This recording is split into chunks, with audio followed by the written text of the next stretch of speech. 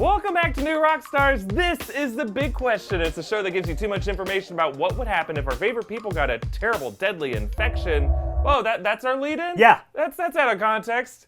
Uh-oh. I'm Erik Voss here with Filup Molina. How you doing, man? Hey, we the Black Polo Boys. Look at this. Or is it just our cycles have aligned? Oh, we've been aligned since college. Guess it's true what they say about the sync-up. Underneath all my shirts, I have the same 3 shirts that you have. Underneath it all. Gross. Hey, so let's talk about what infection we're really talking. We're talking about symbiotes or symbiotes if you're wrong and don't know how to pronounce Jenny things. Slate, yeah. Oh, she's fantastic. Well, Filup, one of the few bright spots at the end she was with Chris Evans, by the way. Wait, what? Jenny Slate. Back up. Jenny Slate, who's very funny actually, was Super with funny. Chris Evans, who is very everything else. All right, I'm gonna whack off again. What do you mean with? Like with? Like f***ing with. Like width? With? WIDTH. With. With. Yeah. Wow. And so I felt this is so good about that. I was like, God, he adopts shelter dogs. That is not I'm not making a joke about Jenny Slate. I just read that he adopted his dog from a shelter. In the arms of the angel. I just read that and there was a picture and it was very cute. And then he also dated Jenny Slate. Unrelated. Jenny Slate is a catch. Both of them are. Yeah. This has become a different show. This is like a gossip column. This is Hot Voss with Hot Goss all over again. Can we get that title animation? There it is. No? Symbiotes. Yeah, let's talk it, because one of the few bright spots at the end of this long tunnel is going to be Venom 2, Let There Be Carnage. Kind of a weird name, but a movie that we're pretty excited about. We've been wondering, what's the deal with the symbiotes? What's the deal with these symbiotes? As Jerry Seinfeld is being covered in symbiote goo. He's like, I'm worth more money than to do this! Filup, big question for you this week. What would happen if the Venom symbiote, or any symbiote attached to Marvel heroes or villains who aren't Eddie Brock, other Marvel characters, what happened if they get splashed with the symbiote? It happens a lot. And it's always super interesting because it changes that character in specific ways. Like we've talked about how it taking over Spider-Man is the reason, it should be the reason for the logo. It's almost trying to mimic the logo on the costume. When it's a logo for no reason, it kind of is a little weird. But whatever, you need to make toys. I get it. It's the reason for all this, as we learned from Rick and Morty this week. Merchandise, Morty. Your only purpose in life is to buy and consume merchandise. I want to go through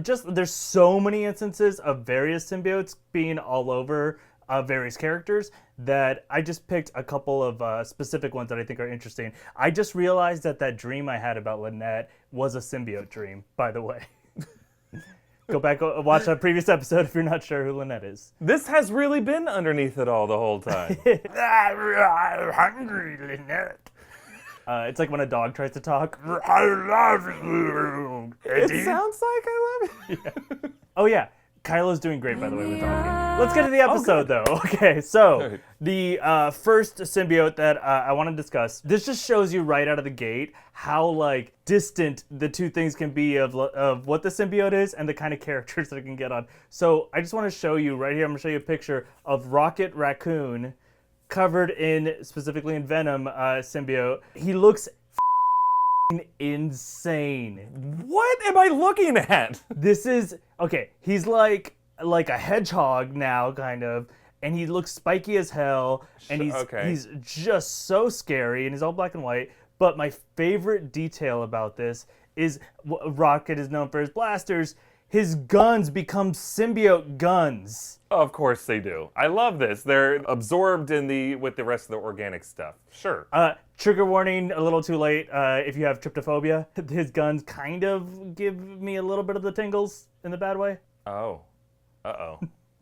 I don't know what the bad way means, but it's bad. You have tryptophobia, don't you? I define tryptophobia. Define. Tryptophobia.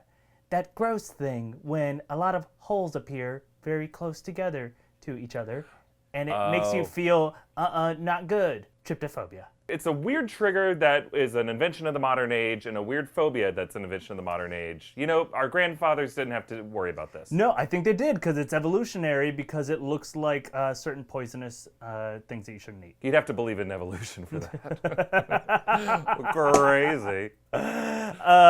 We were monkeys, you and me, at one point. Then why do monkeys still exist? Remember when we worked with someone who was a biology major and asked that question? That was fun. I remember a very good friend of ours still thinks dinosaurs are currently around, and we just don't see them. She's watching this right now. So that's great. Drax pulls the symbiote off of Rocket, and then Drax gets covered in Venom goo as a reward. Number 2, interesting, Miss Carol Danvers herself, Captain Marvel. She's actually helping Spider-Man, Spider-Man, Leo Spider-Man, the nice boy next door. So then it possesses her. And it goes on a rampage. The cool thing about when she is covered in Venom, now Venom can fly. Oh. And Venom is very excited about being able to fly as Miss Marvel. So, cool thing that, like, if you can make Venom any more powerful, it's like, because he currently does the, like, really intense kind of, you can tell by the way I walk, I'm a Venom goo. Time to talk. we're doing the Spider-Man dance, right? Stupid thing about it, god dang it if they didn't like really enforce that logo rule. It is like the gold stripe fully across the chest, the whole star thing. Yeah, the logo rule is so dumb, but it's like a dumb rule that we want. Well, because we want it to look stupid, different. But we want it. Otherwise, they'd all look like black goo. But still, it's like on the symbiote planet, it's gone so commercial there that every individual has a logo. Oh wait, that is just what a name is. It's what a name is, and it's also like, what's your brand? Like, bro, what's your brand? Mine is confusing to people. Black polos? Oh. It's confusing because we both have the same brand. We're exactly the same. That's why you don't follow me on Instagram. Mamma mia, that's a spicy meatball. Now thinking about epicosity of symbiote attachment. What of the symbiote? The epicosity. The thickness of the epicness. Ah, okay. I love that song. Epicosity. What is that? Is there a song called Viscosity? What is wrong with you? Fart. You know that actress that got kicked in the head and now she only hears music? You know what I'm talking about? Ted Danson's wife. Mary Steenburgen? Yeah, she got hit in the head and now everything is music to her. Here, I've got an experiment for you. Safety glasses on. It's like that episode of Scrubs. Yeah, except in real life. And she got kicked in the head and she's married to Ted Danson. I think Ted Danson did it. He's a nice guy, but not always. That's the best of both worlds. I mean, wake up to Ted Danson and hear music. Yeah. Ted Danson is my music. So, the epicosity. Significantly epic character that got... Ooh, I'm already sweating. You're thinking about Ted Danson, aren't you? That's Danson's sweat. And some Venom goo. Man, that episode of Rogue Theory, by the way, oof. I was so sweaty by the end. Yeah, okay. Are you okay? I am very okay. My eyes were bulging at the end of that. I'm not even kidding.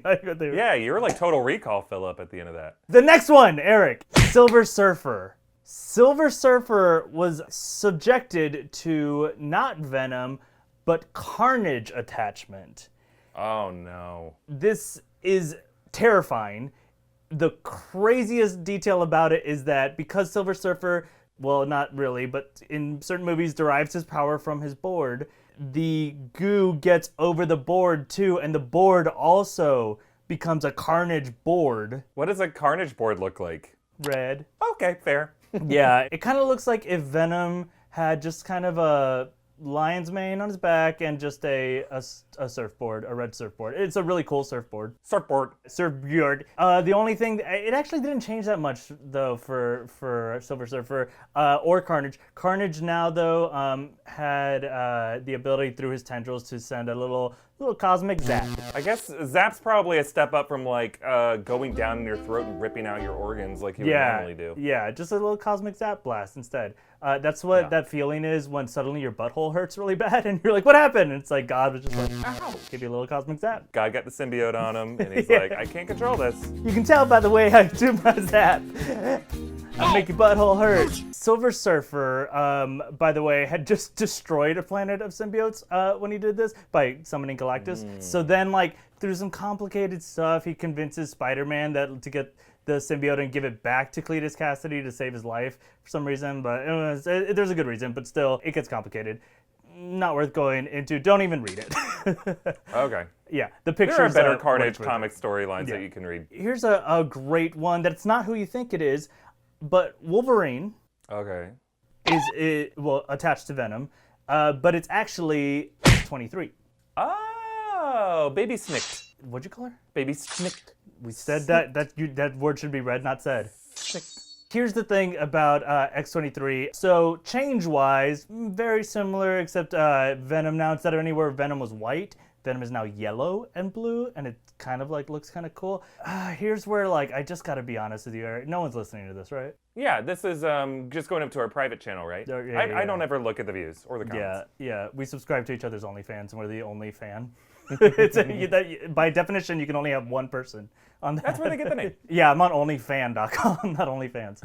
So, admitting something here, she's so hot. It's like weird. It like her head, it has a little bit of the xenomorph going on, which you know I'm already into. We're all into Xenomorph. That's fine. And then she got, the dual, like, rock-on claws. She has weirdly, like, the tightest Venom body you've ever seen, and, like, really defined sculpted Venom boobies. Okay, how old is she? It was at this moment that he knew. He f***ed up. We should have led with how old is she? Oh God, hold on one sec. Come on, overly legal, be overly legal. She entered the universe in X-Men Evolutions and she was a kid. She was like a 13-year-old. And then in the movie, she was like 10. Okay, in 2017, it looks like she was around 19 to 20. So barely legal? And then somebody else was like, well, in All New Wolverine, she really is coming off 16 to 18. And this is a hilarious conversation. This is from All New Wolverine. Let us know if I'm going to jail. Send me to prison at this location below. Look, all I said is that she has a tight bod, and that's not illegal. God, I'm digging the hole. There's no okay way to describe this. It's like when you watch female gymnastics, and you're just like, I can't say anything. You know the gymnastics that when you watch them, you're impressed by their athletic skill and have no other opinions about. Just wow. Moving on. I hope they didn't know Larry Nassar. That's all you hope. Oh God, Eric, no. You don't judge. You don't get to judge me. You don't get to reference Larry Nassar. We're in this pit together. Moving on very quickly to somebody who is definitely of age, but equally sexy. When the time Venom got attached to Galactus. Oh, yes. Please. You're a size queen. So here's an interesting thing that answers. How much can the suit stretch? Right? How much can the symbiote keep extending itself? I guess it keeps replicating its cells because it's able to cover all of Galactus, everything. Mm-hmm. It actually isn't real. It's a giant robot that Mysterio made to scare Spider-Man. Oh, okay. But let's just assume that's what we're looking at.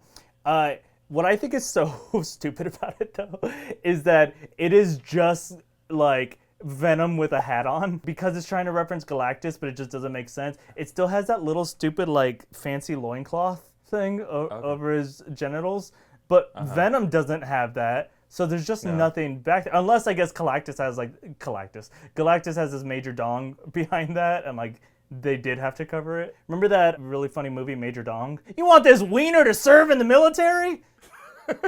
I had to do a bit of math on that one. Major Dong.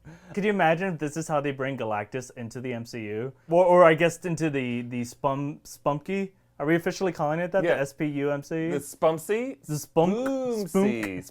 Spoomsy's my take. The Sony Pictures universe of Marvel characters. Siri just got activated because of that. Whatever. That'd be a really ridiculous way to bring him in. Moving on. This one sounds really interesting. Groot. Groot has been attached to the symbiote. Turns out very boring. You know why? They got the same powers. Oh. Sure. Stretch and...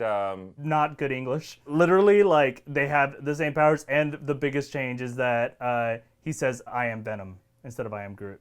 Oh.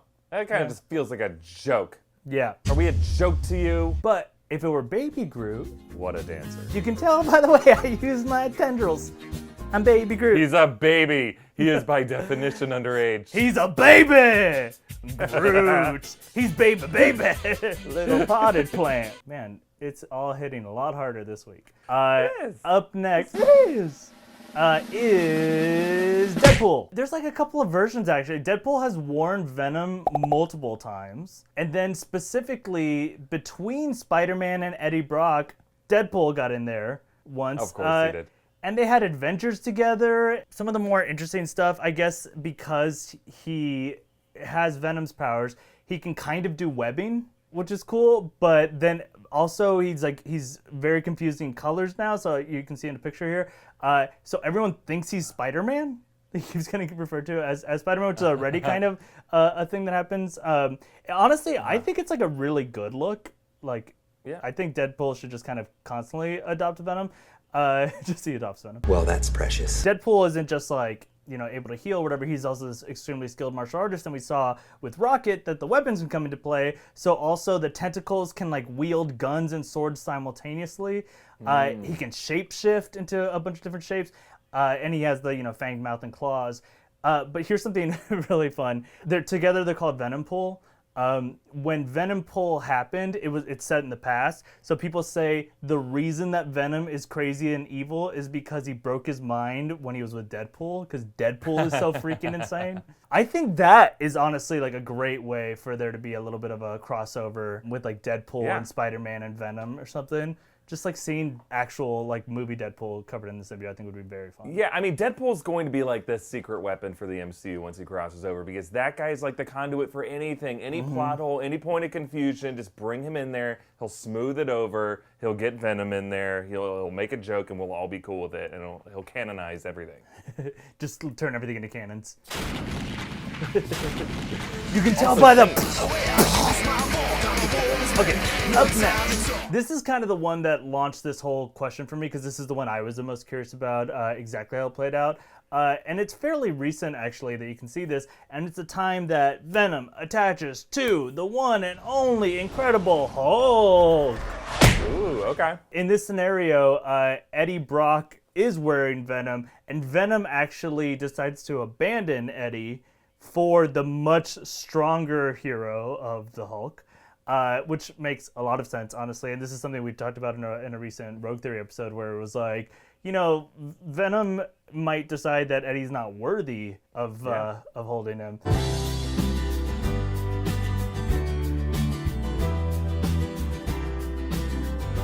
Then Bruce Banner gets killed during the transformation process by Carnage, but it somehow leaves the Hulk behind still. Okay. So he still becomes Venom Hulk, which is the most powerful version of Venom as of yet, and basically just a completely unkillable version of Venom. The little like weird things about it. So very cool, it just can create like new limbs, but like Hulk style limbs. Very weird, and it actually negates the Mysterio Galactus idea, is that there isn't actually enough Venom to go around to actually cover the Hulk. So instead the symbiote has to keep moving and like kind of touching all the different Hulk spots until he giggles. or just, I guess, just to constantly keep him as covered as possible. Also, Red Hulk had the symbiote at one point, and also at the same time was inhabited by Ghost Rider, like the Spirit of Vengeance, at the exact same time, which is just a very cool idea. Moving on, though, and we're almost wrapped up here. Thanos! Thanos has been wrapped up all in Carnage, which is the most like terrifying of the combinations. Yeah. Except is not in the comics. It's, again, I always feel grateful of being an adult man who watches TV shows for children. In the Spider-Man TV cartoon show, crossover with the Guardians of the Galaxy. What is this? A crossover episode? Thanos bonds with Carnage, but here's just the coolest thing about it. Thanos is so like solid mentally that he actually controls Carnage. Carnage is not like able to be insane. It's just Thanos now has extra powers as like Thanos Carnage. Like he needs extra powers. Yeah, I guess it didn't really increase his powers that much because he doesn't really need them, but he was able to still try to create the symbiote army through Thanos. And it's Carnage Thanos, yeah. Two left here that I just thought were interesting. This one is just so people, in case people don't know, DC totally has their own version of Venom where they kind of like ripped it off. It's called Blackrock, and Blackrock is basically a symbiote and becomes a character named Blackrock and all this stuff. But Blackrock infects Plastic Man, but to save the day is Batman. Batman gets infected by Blackrock, and also Superman gets infected by Blackrock. And this is more complicated because more people can have it. But what's really cool is just for Batman, it gave him a bunch of superhuman abilities. So he had super strength, super endurance. He could project energy. He could fly, and he could absorb energy. So of course he just like uses it to kick Superman's ass. Because it's like, well, I mean, if Batman has Superman's powers. And then finally, this is probably the most complex symbiote attachment that has ever happened. You might have remembered it when you read Old Man Logan, because it's a very quick thing that is just true in that world. And that's when the symbiote, when Venom attaches to a T-Rex. It's just a big old T-Rex. They actually, so it's not explained in Old Man Logan, but they actually since have gone back and explained it through Hawkeye, that Hawkeye and Kate Bishop led a bunch of symbiotes to the Savage Lands to be eaten by T-Rexes, but then obviously one of them has taken over a T-Rex. You know, in terms of how it changed their powers, I gotta wonder what a T-Rex's powers are. Just being Smoldering cool. Intensity, yeah. Being the best. Yeah, third grader's obsession. It's a more intense obsession for that third grader. And it's just called Venom Rex or Venomsaurus Rex, of course. That's what happens when you get covered in goo, kids. You gain more power. No, I shouldn't have said kids. Damn it. This show is not meant for children, unless your Very YouTube. true. We're meant for everybody. This isn't on YouTube, right? Yeah, this is OnlyFams. OnlyFams. Isn't it about time? OnlyFans, like the Christian version of OnlyFans. Yeah. Well, that's very interesting, very informative, Philip. Thank especially you. since just basically stay away from infections because you never know where that rabbit hole will lead. Before we get on to some bite-sized questions I'm going to answer, we just want to give everyone watching a look under the hood a little bit. You may have seen in some other videos, we're a small business. We're struggling to get through this period. YouTube is not making it easy for us. They're basically, giving us pennies on the dollar in terms of AdSense, even though our views are okay. The government isn't picking up the phone. We're basically on our own lately. So one of our ways to try to get through this is by partnering with other small businesses who are in the same boat. And one small business that's been really great about trying to get some desperately needed hand sanitizer in all of our hands is a company called Sanitize and Chill. Boom. Legitimately, this is a company that we are directly partnering with. Normally, I know you guys are used to us talking about other brands. Those are, big boy brands that are descending from the mountaintop to hang out with us and be nice to us. This is just a company where we actually just know the people and work together to try to help both of our companies out. So here's the deal with Sanitize and Chill. They combine hospital-grade, ethanol-based hand sanitizer with CBD. Now, CBD has a lot of positive benefits, reduces inflammation. Now, and as Philip said, we know these people, we've been checking up on it ourselves. We don't want to get behind anything that isn't actually going to help you kill viruses on your hands. We've had other medical professionals look at this. We've been able to meet the highest levels of guidelines. But the thing about CBD, there's no THC in it. You're not going to get high by using this on your hands. It'll just help your hands get clean. And the reason why it's the color green, it's got aloe vera in there. So it's going to help your hands stay smooth. There's other benefits to aloe vera, as you know. Yeah, it's healing. Aloe vera is like, to Hispanics, is like Tylenol or something. You just take it with everything, Or to Greeks, Windex, Each bottle contains 100 milligrams of CBD. The alcohol content on the sanitizer is above the 60% that the CDC recommends for inactivating the viruses we're all worried about. It's at 70% alcohol content. It's stronger than those brands that, used to be on the shelves that we took for granted that are no longer there right now or like crazy marked up on online retailers. Insane. So here's the deal, folks. There's a limited supply of 2,500 bottles because of, it's a small company that we're working with. It's less now already, actually. So if you're looking for hand sanitizer, and if you want to help us here at New Rockstars, act now. Go to bit.ly.com/nrchill and use the code NewRockstars10 at checkout for 10% off your order. It's a good deal. Real quick, again, super just reiterating here. This is us, Erik and Filup, partnered with this sanitizer company, the people we know, because we're both just trying to help each other's companies. So this actually does make a huge difference if you buy this. And I'll really quick say, actually, the CBD content, I put CBD on my hands already every single day because I have bad joints and I work out a lot, and my hands get tight really easily, and they don't when I put CBD cream in. And now I just use that because it has hand sanitizer and CBD in it. I love it. Yeah, that stuff's great. Yeah. All right, let's move on to some bite-sized questions that I'm going to handle. Hit me with some of those questions. All right. Are you ready, though? I don't know. Eric, I Are can't we just ever throw a really- bite-sized question at you if you're not ready. I used to think I was ready for everything in life, and now I'm just like taking things as they go. And if I'm not ready, I don't shame myself. Yeah, and Charlie's just waiting for the moment you're not ready, and he's just gonna. Oh, we're talking about Charlie Schneider, right? That guy, he's ready ruthless. for everything. He's a workhorse. He's already ready for these questions. He's already answered them. Oh yeah, he knows. He uploaded immediately. I think that guy is like Hero from Heroes. He can just wait, he's not the one who sees the future. Hero's the Asian guy. Anyway, what were we talking about? Golden Girls. Whatever happened to them? Oh no. They've thanked us for being their friends. They're in a risk category. Ruby wants to know, should there be a crater or a crack in the surface whenever somebody pulls off a superhero landing? A la this. Great question. This does happen sometimes, like in the Matrix. Morpheus lands, it cracks the pavement or cracks the cement, and then that was based on Ghost in the Shell when Major would do that, and she's like part machine. Iron Man's landings sometimes in the MCU have cracked the ground. Ant-Man has cracked the ground.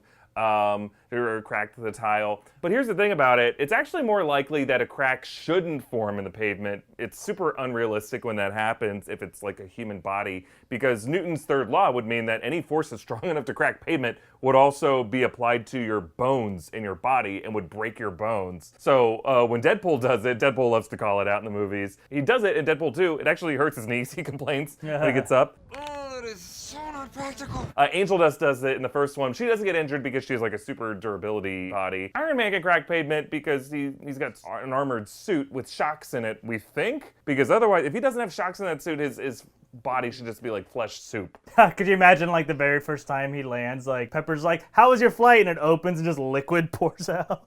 Can't take this anymore. When you see characters do it, it's either characters who are in armor and they have reverse thrusters that prevent any damage to the surface they land on, or it's like Tony Stark crashing through his house because, his suit is heavy enough and absorbs the impact of that shock, or it's a superhuman who would absorb the shock. But just imagine if they're landing and it cracks or forms a crater, that shock is also going into their body. I think that's a sufficient answer. Well done. right. Charlie, you're held at bay.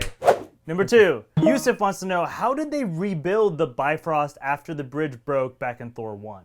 This is a very good question. Okay, and we've been noticing this in our recent Infinity Saga rewatch. So just to catch people up, in Avengers, Thor got to Earth thanks to like dark energy that he mentions from the Allfathers. Thor and Loki return to Asgard at the end of the movie with the power of the Tesseract Space Stone that allows teleportation. But in Thor: The Dark World, the bridge is just repaired and it is not explained in the movie. But it is explained in the MCU Prelude comic for Thor: The Dark World. To the comics! To the comics! In the comics it's just like, it's right away. They return to Asgard, and then immediately Thor and Heimdall use the Tesseract to, quote, "let the fires of the Bifrost burn once more." They just use a space stone to fix it. That's Did they it. stutter on Bifrost, though? They do in the reader's head. Yeah, I have a the stuttering fires brain. of the Bifrost. Of the Bifrost. What was that guy, Maximum Head or some shit? It's a Maximum Head. You know what I'm talking about? No. No. Or what the freak was his name? It was a Cool Head Zone or Cool Man Max. Max Headroom. He was just like this like weird like glitchy 80s face. I'm significantly older than you are. You are. This is a real thing. It's outside of my reference space. I can't. I'm sorry. I should yes and you, but I don't. I'm not smart enough to yes and you. The true yes and is for you to be honest. Why did you date her right after me? That'll be the final episode of Big Question where we finally find out. Next week. Really, I think this is a good question. The reason it keeps coming up is the rules of the Bifrost have been like interpreted super liberally by Marvel films ever since. Like Heimdall does a voice command to Bifrost Hulk back to Earth in Infinity War. He's just like he's got a remote Bifrost power, but he's got like one of them because it's like a prayer. Stormbreaker has a Bifrost power, which is insane. It's already super powerful. Here's just a good rule of thumb for anyone watching these movies. Marvel did not hold itself to its own rules and really care about things like the Bifrost and the cinematic universe, I would say until around Winter Soldier. Like, lots of stuff in Phase 1, and really the first couple movies of Phase 2 is just ignored by the later films. So we'd love to like talk about the interconnectivity and plans from the very beginning, but really they didn't really start thinking like how this is all going to be paying off until the Russos took over around Winter Soldier, and then right around then was Age of Ultron too. That's when Feige's like, oh, let's start figuring out where the Infinity Stones are going to be in here and how it will all come together. And they changed it all in retrospect in order for that to work. Yeah. It does make sense though, you know, leading up to the Avengers where they were like, we might not get sequels of any of these movies. That's right. They just plan on, we don't know if this is going to be a success, so we'll just kind of like go for broke here and then we'll figure it out later. Like, gotta bleep it.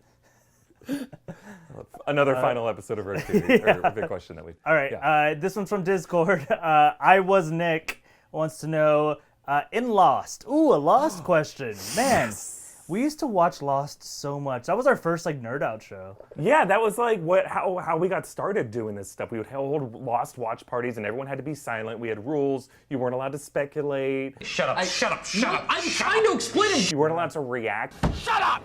Because that might spoil the end of the episode. Shut up! We lost all of our friends doing this. Well, and also to be clear, we watched at your house and you had those rules.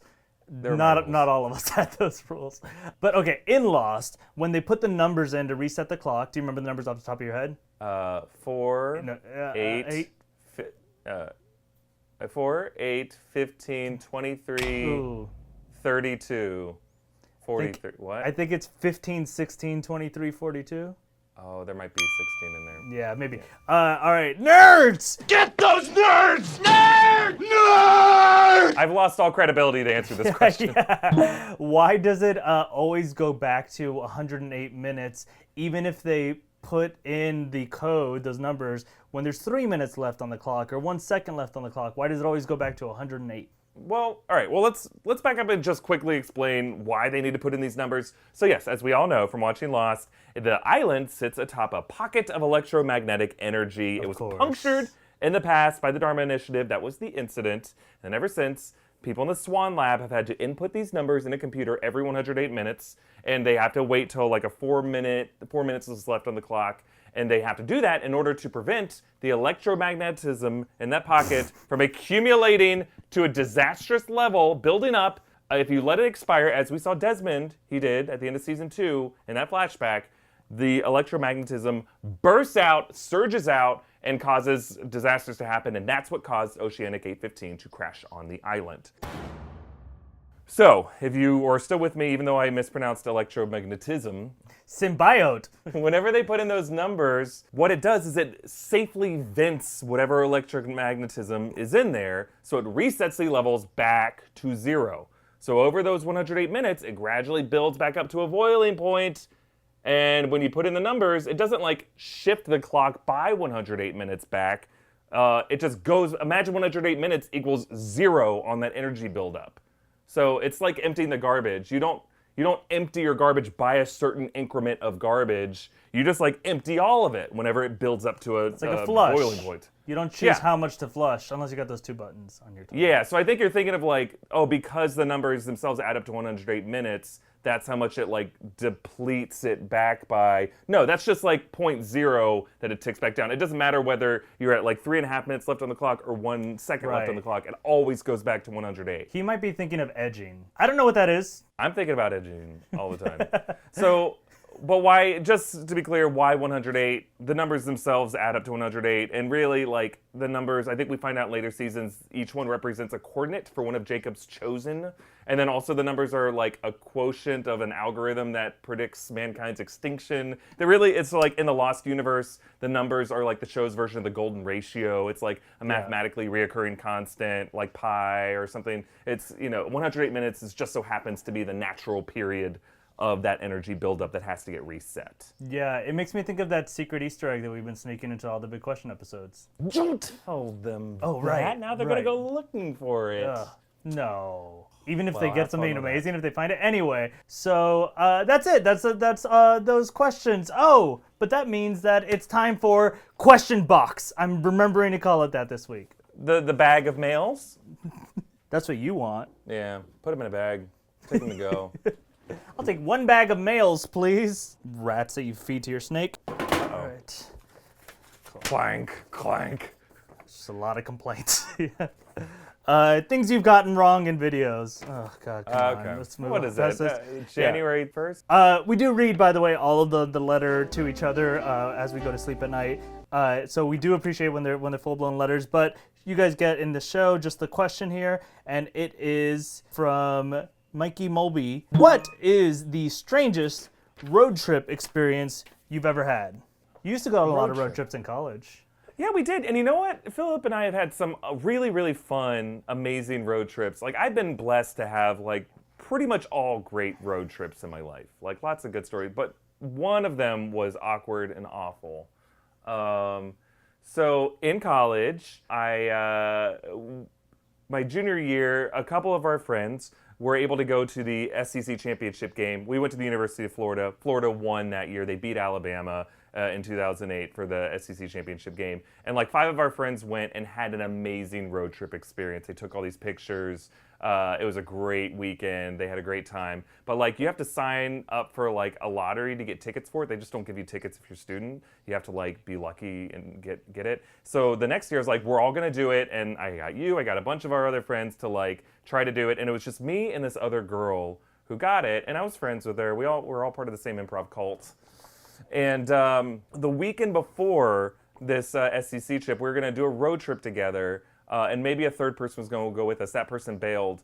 Well, there was a party. It was my roommate's birthday party, and we all got a little drunk. And me and this girl made out. The road trip girl? The road trip girl. I assumed she was single, but this story.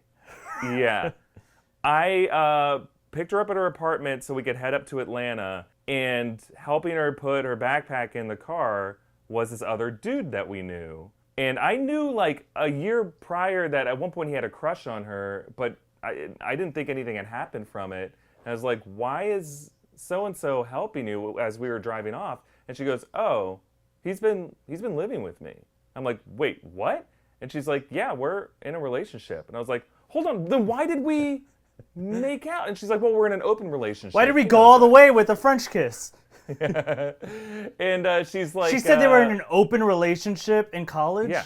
No, okay, I have nothing against open relationships, actually, as an adult. In college, if you're in an open relationship, you're just cheating. Because you don't understand the nuances of open relationships yet. You're just not committed. Yeah. And this poor guy, super nice guy. I thought I was on like great terms with him. He was super pissed at me, obviously. I was like, wait, he was mad at me. Did you tell him? And she's like, yeah, we don't have any secrets. I was like, but you...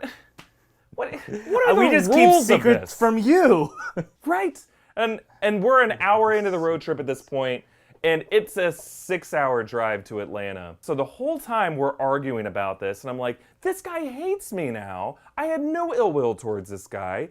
I don't think he had any ill will towards me. And she's like, oh, I thought you hated him. I thought you guys were fighting. I was like, wait, what? No. And she's like, well, you talked shit to him that one time. I'm like, when did this happen? And she's like, after that show, after you made fun of him after a show that he did. I'm like, no, I didn't. I would never make fun of him to his face. We made fun of each other constantly. We were assholes in college. We were super judgy and mean. But like, I would never go up to someone after a show and talk shit to him. But apparently he misconstrued something. So there's huge confusion. He was like in open war with me. So the whole way we were just like, not happy with each other. We get to the game. Florida gets destroyed in this game. This is a 2009 SEC championship game. This is a game where Tebow cries. It's super embarrassing. God. We're decked out in Florida gear. As we're walking out, all the Alabama fans are making fun of us, talking shit. It was heartbreaking. And then we ended up staying the night. Nothing else happened because like I was mad. And then we drove back the entire way to Gainesville in silence. You know, what's so funny is that people are like, wow, Voss, what a dog. And then I want you to realize that this is very similar to the time that you dated my girlfriend right after I had just dated her. It was and not kept right it a secret. after. It was during. Also, I'm going to remind you of the girl that was in your closet when another girl came into your room. That was the same story, but it's not on Game with the Story, so I removed that. There's a whole other girl in that story, Erik. That will be a future episode. And I'll tell the story from her point of view, so it will be kind of like a, sliding doors kind of thing. Or just a minute on a literotica, if you haven't already. Okay, I also have a college road trip story that you weren't on. This is actually right before you got to UF. You were out there somewhere and you weren't looking for me? I had a different friend named Erik. Do you remember that? I legitimately, Erik S. He and I were really tight, and we kept trying to make it into the newspaper, into the alligator, like anything we could do in the alligator, and we kept being successful. And one of the things that we did was we submitted and we got picked by Chevy to be our representatives for our school in a nationwide contest to win a car. And you had to do that thing where you have to keep your hand on the car for as long as possible, and you can't lift your hand up. And very long story short, we lost that thing. But which, by the way, like we lost in like the first hour because I talked with my hands, and I went like, anyway, blah blah. And the Chevy representative was like, your hand. And I was like, oh shit. And she like looked around like nobody had we hadn't even launched the event yet. So, but whatever. So we had been like getting to know the other schools via like really shitty webcam, because remember, this is the 70s. And so we're talking to these two girls who are at this other school, and they are also losing. So we're like making fun of the team that's winning at USC, and these girls, Carrie and Aria, actual Aria, there's just this like rapport, and like we both know what we're going through, and so it starts to become like this like double date session that we keep doing, and the whole event ends, but and we don't win, but Chevy hits us up later, and they're like, hey, you guys had the most entertaining of the feeds. We think you guys are just so hilarious, and they knew we did comedy, and they're like, we have a surprise for you, and they surprised us with, we want you to do a cross-country road trip performing stand-up comedy. We had only done improv and sketch comedy to that point, no stand-up comedy at all. But they're like, performing stand-up comedy, your wheelhouse, all across the country on this road trip. We want you to meet those girls that you guys like were flirting with the whole time. And then here's the big finish: you're going to get to tells you the time period. You're gonna get to perform on the Tonight Show with Jay Leno, and you're gonna be the comedy slot at the end of the show. And we were like, oh, let's think about it, but whatever, but we do it. And so it's like Thanksgiving. Instead of doing Thanksgiving, we do this. So we drive. I don't know how to drive stick, and they give us the shittiest car that is only stick. So I learned how to drive stick in the parking lot, just like really ruining this stupid little Aveo that costs like $88. They jam a secret cameraman in the back seat in this tiny car, and he's like 6'3", and he stinks. And we start driving, and it's like so hot because most of the trip is just through the South. So we're driving from Jacksonville all the way here to LA. We're going, and we stop. And the first time we stopped to perform, and there, remember, Chevy's recording everything. We perform our stupid stand-up set with this like sketch stand-up set we came up with, and the guy goes around to get audience reactions, and the girls say, well, they're like they just got some girls, and they're like, oh yeah, very cute. And the guy was like, yeah, but are they gonna make it in LA? And they're like, oh, they're trying to like make it in LA. She's like, yeah, they're like comedians. She's like, oh no. She's like, and then she was like, but the dark-haired one's cute. And I was like, oh, sweet. And then she totally meant just the other Erik, who also has dark hair. Yeah, both of you have dark hair. Yeah, exactly. So I had nothing going for me at this time, and we're like desperately trying to rewrite this thing. So then Chevy gets nervous, and they're like, hey, your comedy set isn't really giving us the footage that we were hoping for. So instead, and these are early days of YouTube, they're like, we need you to start going viral as much as you can. Just do things that will go viral. So they have a stop in Louisiana, and they're like, just go like rile up some people and try to like make something happen. So there's just this old coot, just of course, because it's Baton Rouge, and his name is Seamus, and he has no teeth. And we're like, we want to do something crazy and Baton Rouge-y. And he's like, well, you can try to drink this hot sauce that we have here, but nobody can normally take it. It's too intense. And we're like, all right. And he's like, all right, hey, they're going to drink it or whatever. So both Erik and I each get a bottle. We open it and we chug the entire bottle. And it is insanely painful. It is so bad. And then like we need like water and like we're eventually coming down. And they're like, great, this is so viral. And then Seamus says like, yo, I can't believe you two done did that. And we're like, yeah, well, you know, we were crazy or whatever. He's like, the last guy that did it died. Oh no. And he told us that after we had chugged it. And so then they love the Seamus content. So they're like, you got to do more with this toothless guy. So we take him with us for a little while. And we go to this like, there's 4 people in this car now. Me and Erik in the front seat, me barely being able to drive a stick, giant cameraman, and Seamus the toothless redneck. And we go and we find a mountain range to climb because climbing mountains will go viral for some reason. I think they realized that we clearly didn't know anything about climbing, so they were hoping one of us would fall, which I kept screaming. I'm like, the only way this is going to go viral is if we fall. And they're like, uh-huh. And so we climb it. And we get down, like Seamus said, like, let us to this place. And we do nothing. We climb it, and then we come back down. And he's like, y'all okay?